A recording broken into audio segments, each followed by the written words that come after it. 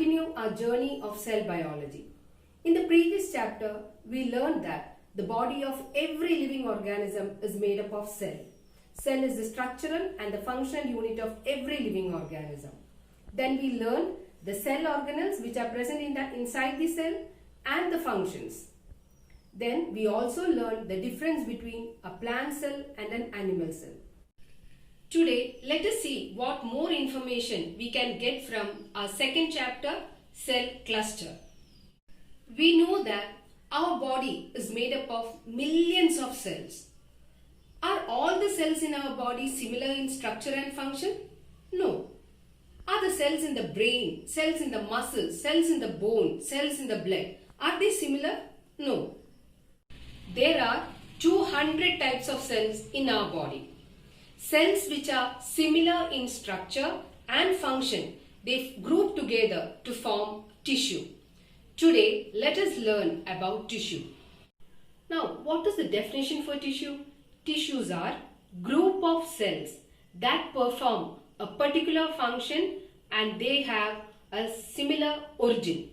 So, three things about tissue is they are group of cells, they all originate from the same type of cell and they all perform similar functions. Now, look at these cells.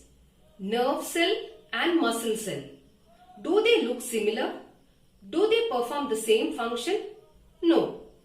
Why is this difference? How are they becoming different? Let us see. Let us learn how these different types of cells are formed. We know that our body is multicellular, which means there are millions of cells in our body. But initially, our body was single cell and our body was formed from that single cell.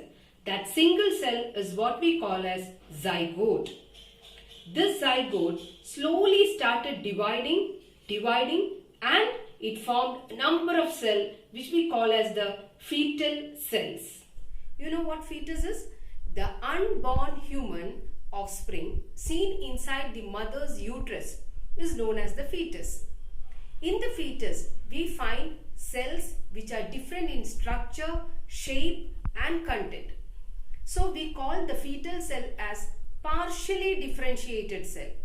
Then the fetal cells gradually underwent change and that is how different types of cells are seen in our body like the nerve cell, the muscle cell, the bone cell, the blood cell and so on.